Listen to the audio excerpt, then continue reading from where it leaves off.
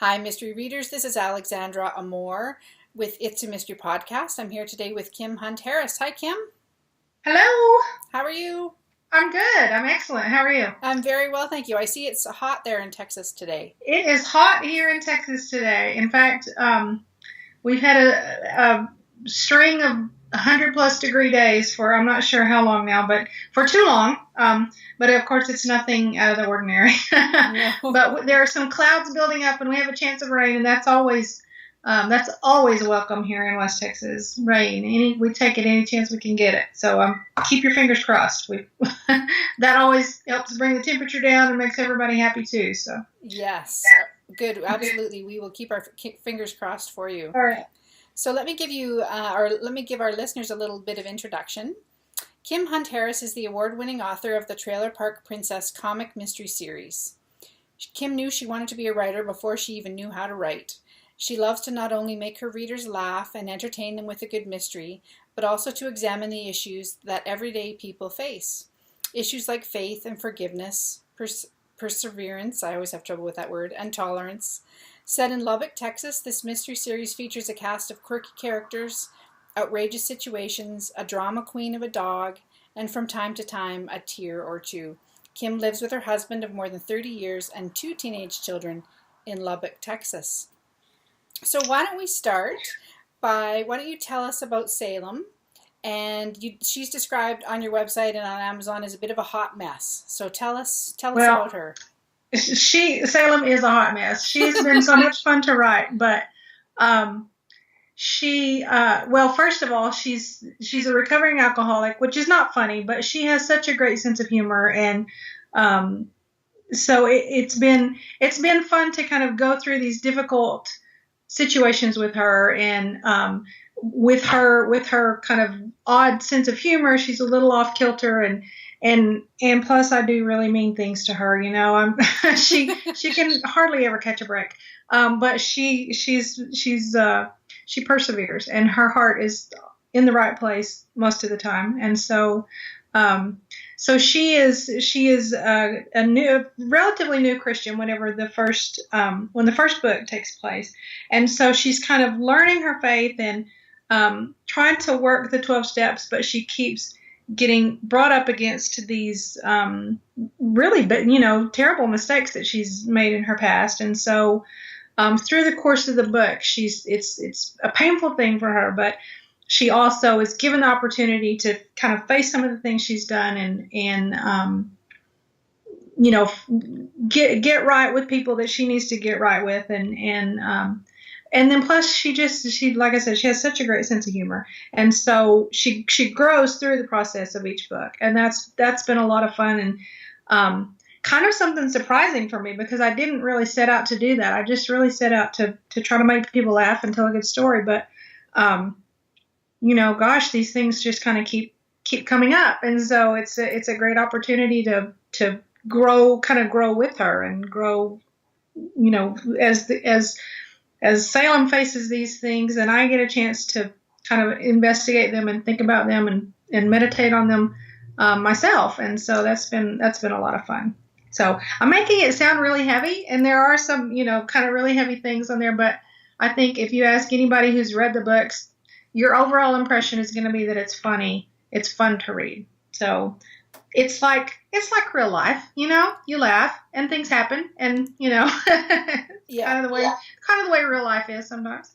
So. Exactly. Yeah. And I mean, that's the thing that really drew me to the books, was just this interweaving, in with the comedic tone and the mystery, just the kind of real ups and downs of life. And I think that's so interesting that you say you didn't really set out to write them that way.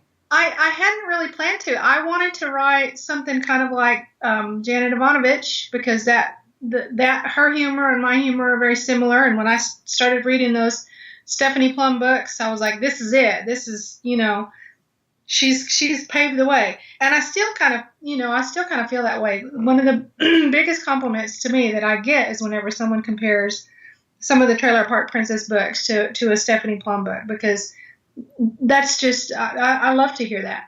But I also found that, I set up this situation with her, and then,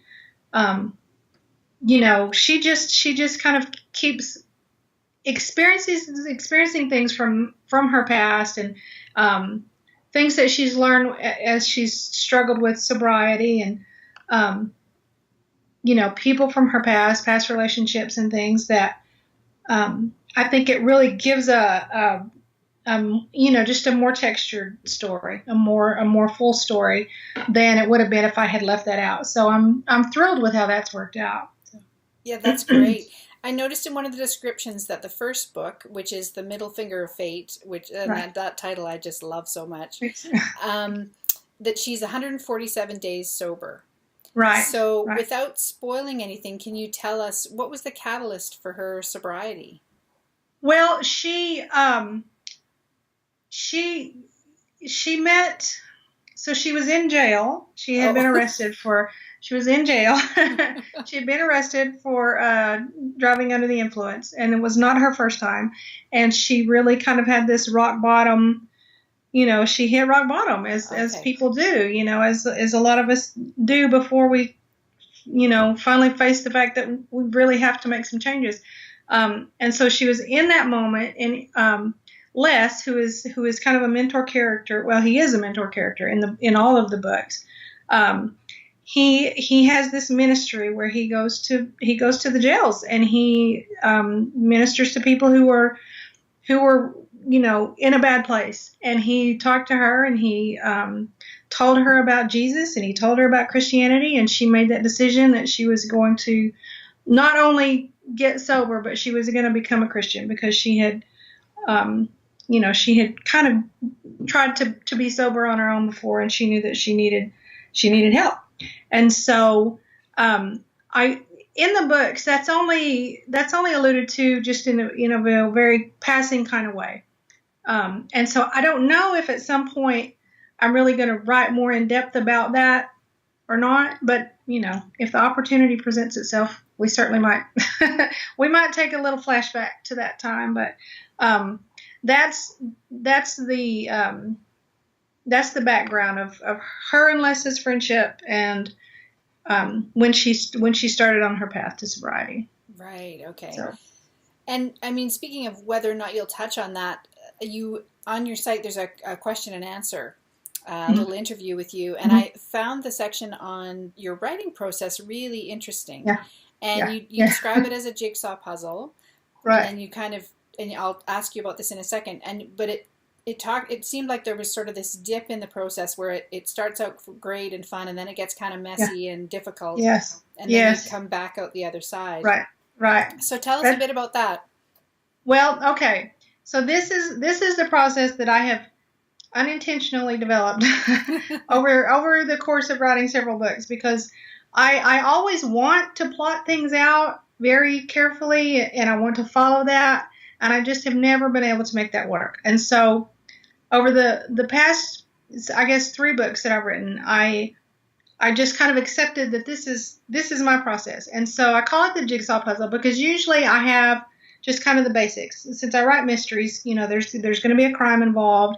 I know usually who the people are who are involved. I don't know exactly how they got to be there or anything like that, but I have the basics. And so I think of those as, the edge pieces that you pick out first. You look for those edge pieces and you put them together. Yeah. And then I might know like the first 1 or 2, 3 scenes, and I'll write those, but then I don't know what happens next. But I know at some point this needs to happen. And so I'll write that. And then I know, at another point this needs to happen. And I'll write that. And I'll kind of go before and after that and see what I can flesh out.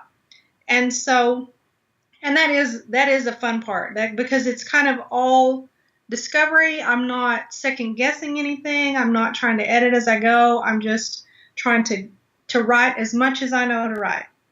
And so I have all of these kind of disjointed scenes. And when it gets to the point where I feel like instead of a jigsaw puzzle, it feels more like a house of cards that's about to collapse, and I just have these messy piles everywhere. Then I print everything out, and I kind of shuffle it around, and I put it in a 3-ring binder, and I read through, and I rearrange scenes, and that is the hard overwhelming part. Yeah.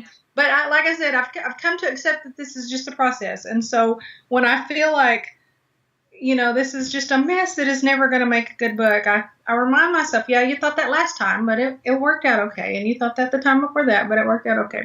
So I read through and I mark it all up and reshuffle and reorganize, and I kind of identify where the holes are that I need to write some more here, and I will probably need to take that out. That's not really going to fit, that kind of thing, and go through it again. And so that kind of smoothing out and reshuffling process, I go through that 2 or 3 times, and then eventually it's a story, and it's, oddly, it's coherent and it makes sense. And we arrived there in such a weird way, but it works. So yeah. Well, that's great. And in the Q&A, you mentioned that you were you pointed out that, readers want more books. And so you thought you might try to kind of refine that process or make it shorter. Have you been able to do that? Right. Well, I'm trying very hard on this next one. I'm trying to maybe make a little bit a shorter book, which I don't want it to be too short because I want the readers to get their money's worth.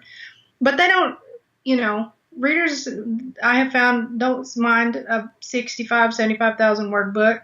They're okay with that. That's not too short, and they don't have to be 110, which is what mine, have been. And so, I'm hoping for that, but we'll see. I'll let you know about in December or so how that's working out. It's July now. We'll see. Yes. I might be through. I might be halfway through. We'll see. Yes. Yeah. Exactly. Okay. And then the other thing I noticed on the Q&A was that you mentioned that Salem's sidekick Viv, who's an older lady and one of Salem's AA buddies, that they actually originated as one character. Can you tell us a bit about that? Right. Well, so I started out, so there's Salem's grandmother, who she calls G-Ma, and she and Viv, way back when I first started this, they started out as one character, and then somewhere along the way, they kind of morphed, and some of Salem's characteristics went into Viv, because she and Viv are a lot alike. I mean,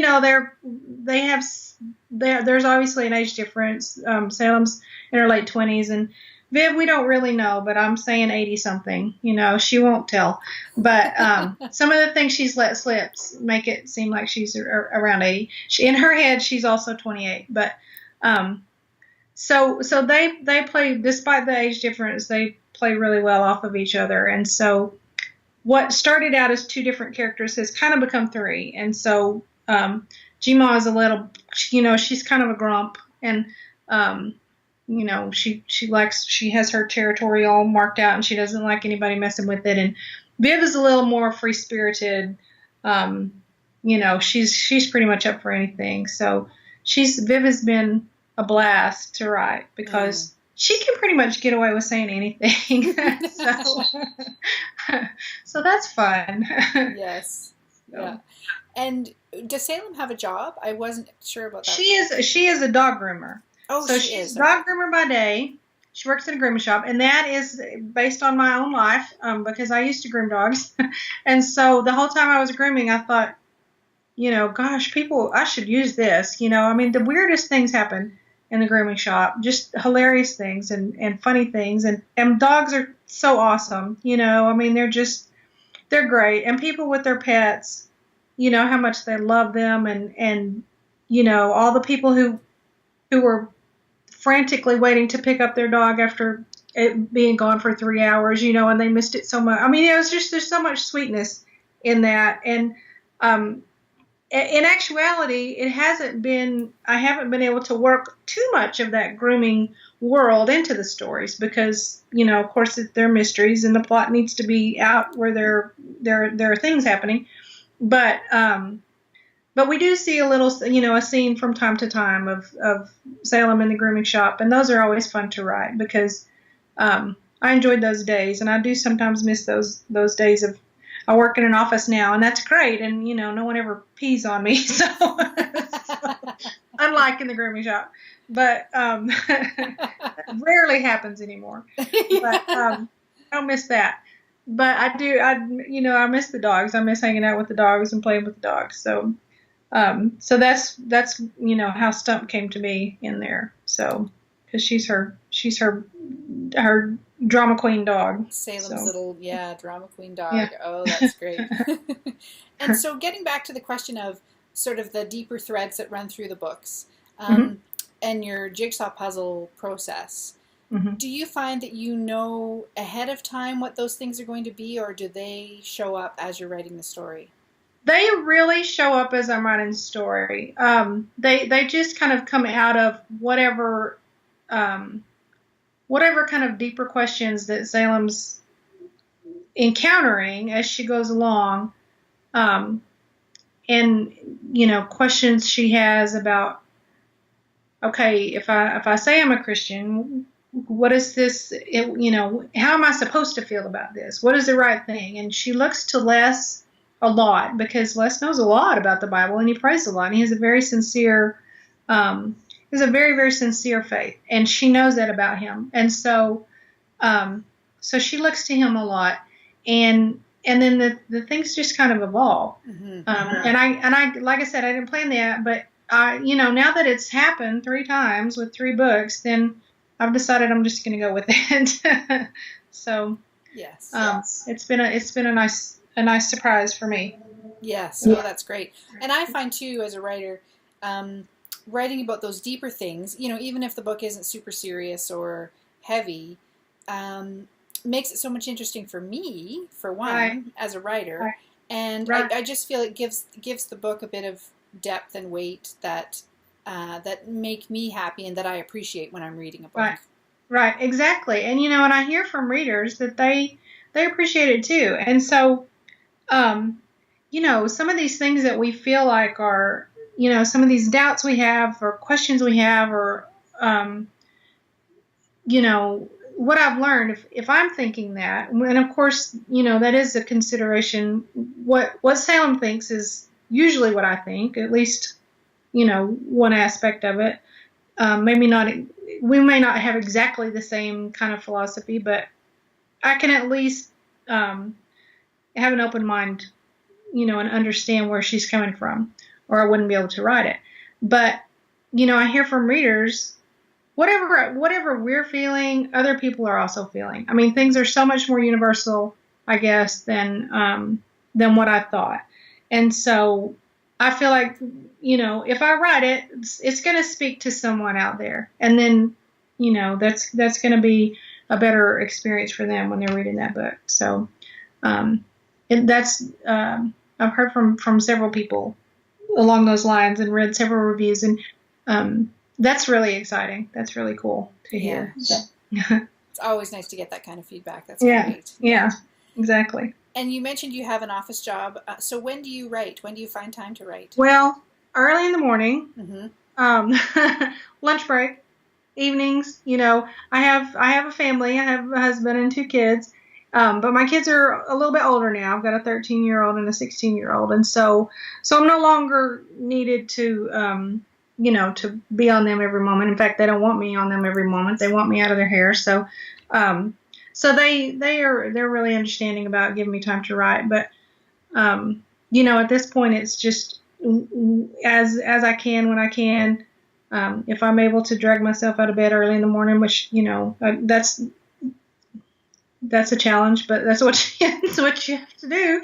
And so, and that's worth getting out of bed for. Yeah, so it's all kind of tucked in where I can, and somehow it gets done. So it's working. That's amazing. That's great. And do you know the title of the next book? I do. In fact, that's almost all I know. I've been working on plotting it, but I can give you a tiny little tidbit. Because there is so in the retirement home where Viv lives, it's called Belcourt, and there's a handsome new British guy there who Viv and all the other ladies are after. And so Viv is just very taken by his British accent and his mannerisms and everything. And so she's decided that she's just going to convert to British and she starts dropping all these British slang terms and everything. And so it's called Knickers in a Twist because, knickers, isn't that a better word? And so it's called Knickers in a Twist. And so that is what I'm working on right now, and I've just barely started. I have about 5,000 or 6,000 words, which is, just barely a start. But I've been working on trying to figure out who this guy is, this body that they found out in the field, and and all this stuff. So it's exciting. It's new discoveries. Yes. So. Yeah, and it must be fun for you as a writer to discover the story as you're writing it. Yes, it really kind of is. It does feel like more of a process of discovery than it does of creation. It's almost like you're kind of, like there's something buried down there and you're digging it out is more what it feels like. And that feels like magic, when you don't know. There's so many times when I'm like, I don't know what's going to happen next. I don't know what needs to happen. And then you get an idea, and then it just feels like magic. That's a wonderful feeling. So I don't know if people who plot that, if they get all that magic up front or what, but, it's for my process. That's the best moment. I love that feeling. Yeah. And we should point out that on your website there are a couple of short stories available. That's right. So we have, so you can read some of the chapters of the novels, and then I have one short story which takes place in between the second book and the third book. So it's kind of a fill in the gap thing. And you can get that free by just signing up for my newsletter. And then there are, there are 2 short stories out right now, and there's about to be a third one. I finished it. We just haven't put it up yet. So you can read free stuff if you want to try it out and see, no obligation. Yes. See if